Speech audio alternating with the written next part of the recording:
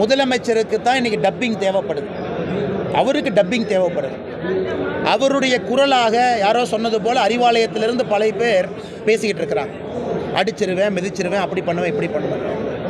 So முதலமைச்சருக்கு dubbing தேவைப்படுகிறது. பாரதிய ஜனதா கட்சிக்கு எங்கேயும் டப்பிங் இல்லை. பாரத பிரதமர் நரேந்திர மோடி அவர்கள் அமெரிக்கா போனால் சிவப்பு கம்பள வரவேற்பு. பிளேயர் ஹவுஸில் தங்குறார், ஒயிட் ஹவுஸை ஒட்டி. அந்த ட்ரம்ப் சொல்கிறாரு, என்னை விட மிகச்சிறந்த ஒரு ட்ரேட் நெகோஷியேட்டர் மோடி. ஃப்ரான்ஸ் சிவப்பு கம்பள வரவேற்பு. Couture AI submit.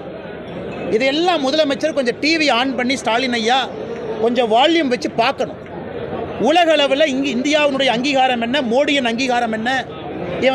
இன்றைக்கி முதலமைச்சர் சொல்கிறாரு, 27 ஆண்டுகள் கழித்து டெல்லியில் பாரதிய ஜனதா கட்சி ஆட்சிக்கு வந்திருக்கு. அதுக்கு என்ன காரணம் சொல்லுவார்?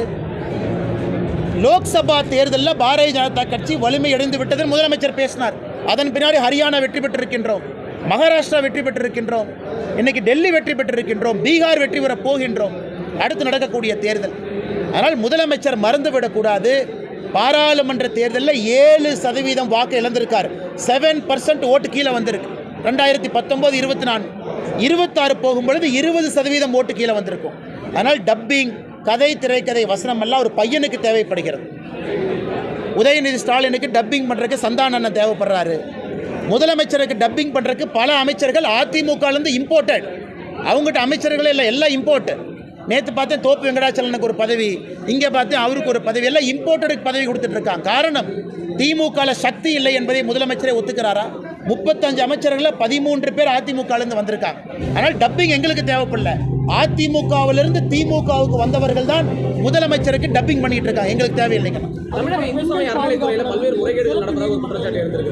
அண்ணா,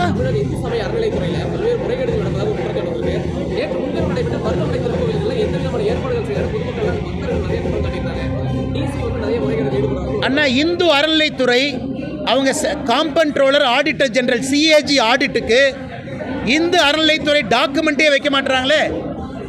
ஏன்? அவங்களுக்கே தெரியும் அவ்வளவு ஊழல் அங்கே நடந்திருக்கு. பசுவை கொடுத்தா பசுவை காணா. திருச்செந்தூர் கோவிலில் இருக்கக்கூடிய தங்கம் அக்கௌண்டபிலிட்டி தெரியாது.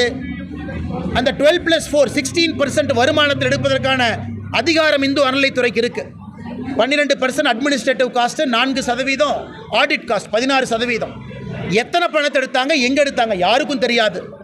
ஒரு கோவில் கான்ட்ரிபியூட் பண்ணுற பணத்துக்கும் அந்த கோயிலுக்கு செலவு பண்ணுற பணத்துக்கு ஐடியா இல்லை. கோயிலை சுற்றி வசதி இல்லை. மருதமலை தைப்பூசத்தன்னைக்கு பார்த்தோம், பழனியில் பார்த்தோம், திருப்பரங்குன்றத்தில் பார்த்தோம். அதனால் தமிழ்நாட்டில் ஒரு உதவாத துறை இருக்குது, மக்களுக்கு உபத்திரம் கொடுக்கக்கூடிய துறை இருக்குது. சாமானிய மனிதர்களுடைய பணத்தை எல்லாம் பிளாக் பாக்ஸாக உள்ளே போகுது. எதுவும் தெரியலன்னா அறநிலைத்துறை அமைச்சர் இதை பேசுனீங்கன்னா அந்த அமைச்சர் உடனே ஒரு வேட்டி கட்டிட்டு கிளம்பி வந்துடுவார். சாமி வேட்டி, காவி வேட்டி. நான் முதலமைச்சர் அடக்கி வச்சிருக்கிறனால சும்மா இருக்கிறேன், என்னை மட்டும் விட்டாங்கன்னா ரன்ல ஒன்று பார்த்துருவேன் இந்த அண்ணாமலைன்னு சொல்லிட்டு டைலாக் விடுவார். நான் கேட்குறது, தைரியம் இருந்தால் சிஏஜி ஆடிட்டுக்கு விடுங்க. தமிழக மக்களுக்கு நாங்கள் படம் போட்டு காட்டுகின்றோம். அறநிலைத்துறை இன்கமிங் எவ்வளவு, அவுட் கோயிங் எவ்வளவு, டைவர்ட் எவ்வளவு, பேங்க் அக்கௌண்ட்டுக்குள்ள எவ்வளவு, பர்சனல் அக்கௌண்ட்டுக்குள்ள எவ்வளவு, ஸ்விஸ் வங்கிக்கு எவ்வளவு, கொள்ளை எவ்வளவு, எல்லாம் நாங்கள் அக்கௌண்ட் போட்டு காட்டுறோம். அதற்கு அறநிலைத்துறை எத்தனை நாள் தப்பிப்பீங்க? நாம் ஆட்சிக்கு வந்த பிறகு முதல் வேலை அறநிலைத்துறை அக்கௌண்டிங். யார் தப்பு பண்ணியிருக்கீங்களோ உங்களை விட மாட்டோம். அதனால் எத்தனை நாள் தப்பிக்க முடியுமோ தப்பிச்சு. இந்த மணிப்பூர் பாலிடிக்ஸை பற்றி முதலமைச்சர் சொல்லிகிட்டு இருக்கார். சென்னையில் மையப்பகுதியில் ஏர் ஷோ நடக்குதுன்னு தெரிஞ்சு விமான சாகசங்கள் பண்ணி பெங்களூரில் ஏர் ஷோ நடத்துகிறாங்க. போய் பார்த்து வர சொல்லுங்கள். பெங்களூரில் போய் முதலமைச்சர் உதயநிதி ஸ்டாலின் அனுப்பி பெங்களூரில் எப்படி ஏரோ ஷோ நடத்துகிறாங்கன்னு பாருங்கள். லட்சக்கணக்கான மக்கள் தினமும் நடக்குது, ஒரு பிரச்சனை இல்லாமல் நடந்து கொண்டிருக்கிறது. ஏன்னா அது அஃப்கோர்ஸ் சென்ட்ரல் கவர்மெண்ட் டைரெக்டாக நடத்துகிறாங்க, சென்ட்ரல் கவர்மெண்ட் ஃபெசிலிட்டிக்குள்ளே நடக்குது, ஏர்போர்ட்டை ஒட்டி நடக்குது, அது வேறு. அதனால் இங்கே நடத்துவதற்கு இது இல்லை. மணிப்பூரில் நடந்ததை பற்றி பேசுகிறார். மணிப்பூரில் முதலமைச்சர் அவர்களுக்கு நம்ம என்ன சொன்னாலும் அவருக்கு புரியாது. மறுபடியும் சொல்கிறேன், இங்கே பாரதிய ஜனதா கட்சியினுடைய குற்றம் என்ன? ஹைகோர்ட்டு ஒரு சமுதாயத்துக்கு எஸ்டி அந்தஸ்து கொடுக்குறாங்க, 2 சமுதாயத்துக்கு பிரச்சனை கட்டுக்குள்ளே கொண்டு வந்திருக்கோம். அடுத்து என்ன நடக்கும்? இன்றைக்கி ஜனாதிபதி தலைமையில் அங்கே அட்மினிஸ்ட்ரேஷன் நடந்துக்கிட்டு இருக்கு, பிரசிடென்ட்ஸ் ரூல். ஆனால் முதலமைச்சர் அவர்கள் அவருடைய வேலையை சரியாக பார்க்காம இந்தியாவில் இது நடக்குது, அது நடக்குது, கும்பமேளாவில் இது நடந்தது, மணிப்பூர் இது நடந்தது சொல்கிறார். உள்ளூரில், சொந்த ஊரில், சொந்த மாநிலத்தில் நடக்கக்கூடிய பிரச்சனை ஏன் பேச மாட்டார்? பெண்கள் பாதுகாப்புக்கு சிறப்பு நீதிமன்றம் அமைக்க நடவடிக்கை எடுத்துட்டு வரோம். யாருண்ணே பண்ணுவாராம்மா? எப்போ பண்ணுவாராம் மேடம்? ஆட்சி 4 வருஷம் முடிஞ்சுது. அண்ணே நேற்று என் ஃபோனை காணாமல் பாருங்க. அண்ணா என் ஃபோனை அண்ணா அண்ணா ஒரே நிமிஷம் என் ஃபோனை கொடுங்க ராஜா. அண்ணா ஐயா ஏடிஜி லா அண்ட் ஆர்டர் சுற்றறிக்கை வெளியிட்டிருக்கார். அவர் பேர் டேவிட்சன் தேவாசீர்வாதம் ஐயா. என்ன சுற்றறிக்கையில் போட்டிருக்காருன்னா, தமிழ்நாட்டிலே பெண்களுக்கு எதிராக குழந்தைகளுக்கு எதிராக குற்றம் அதிகரிச்சிருக்கு. சர்டிஃபிகேட் யாருன்னு? ஏடிஜி லா அண்ட் ஆர்டர் சுற்றறிக்கை காட்டுறேன் பாருங்க. என் சுற்றறிக்கை ஃபோனில் இருக்குது. தம்பி யாராவது ஃபோனை கொடுங்கப்பா. அண்ணா சுற்றறிக்கை உங்களுக்கு அனுப்புகிறேண்ணா. மாநிலத்தினுடைய ஏடிஜி லா அண்ட் ஆர்டர் ஒத்துக்கிறாரு.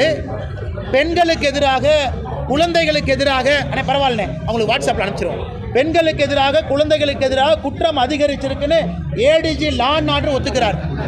முதலமைச்சர் ஏன் ஒத்துக்க மாட்டாரு? சுற்றறிக்கை நான் உங்களுக்கு தர்றேன்.